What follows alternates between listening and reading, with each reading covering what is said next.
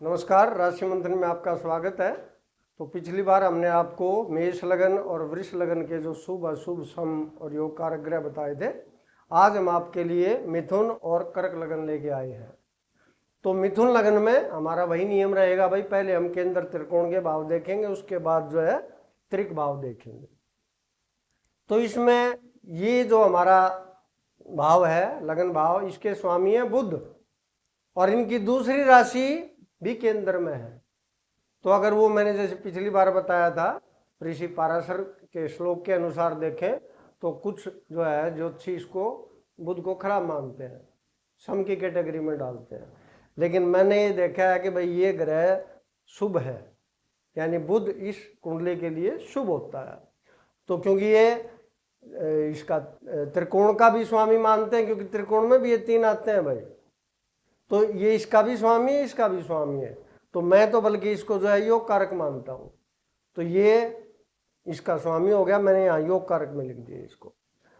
अब यहाँ पर ये भाव है हमारा त्रिकोण भाव, तो इसके स्वामी है शुक्र और शुक्र की जो दूसरी राशि है वो यहाँ पर है।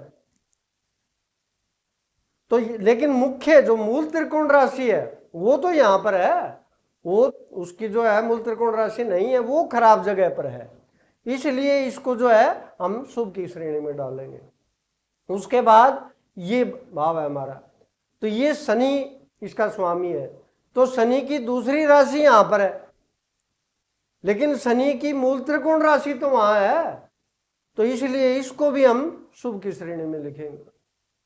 उसके बाद ये भाव हमारा, तो ये हमारा बृहस्पति का भाव है, लेकिन इसकी दूसरी राशि मार्केश है, ये मार्केश भाव में है, इसलिए इसको जो है हम अशुभ ग्रह की श्रेणी में डालेंगे।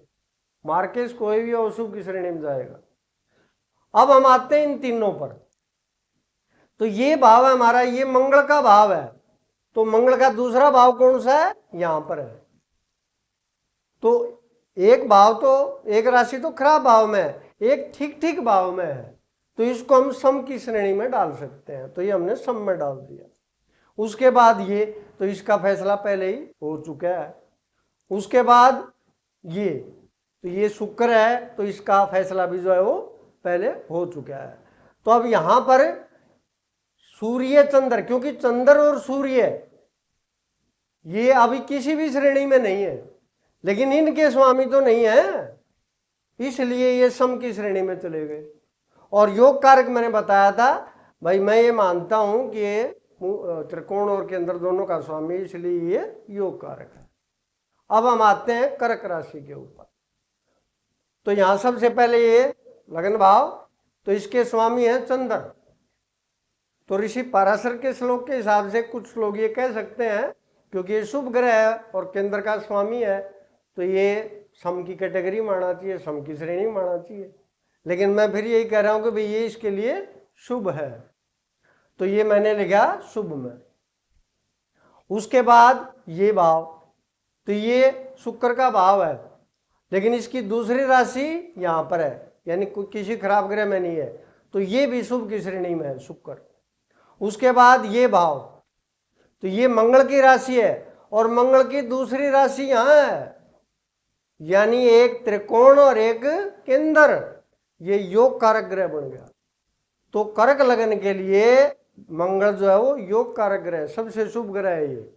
उसके बाद आते हैं हम यहां पर, तो ये जो राशि है हमारी, ये बृहस्पति की राशि है, लेकिन इसकी दूसरी राशि यहां पर है छठे भाव में, और मूल त्रिकोण राशि है।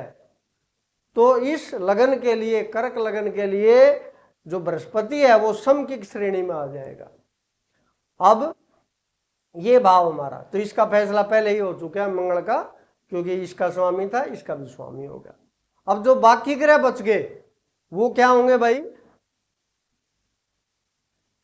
हाँ नहीं, ये इनका फैसला भी नहीं हुआ है भाई, ये हो गया, ये नहीं हुआ है भाई।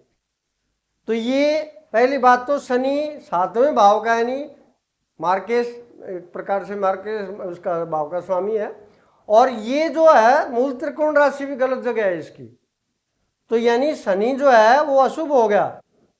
उसके बाद ये, तो इसकी जो ये है बुध की राशि, और बुध की दूसरी राशि भी कोई सही जगह पर नहीं है, तो ये भी अशुभ की श्रेणी में आ गया। तो ये हमारे कर्क लग्न के जो है जो ग्रह हैं वो इस प्रकार से होंगे। नमस्कार।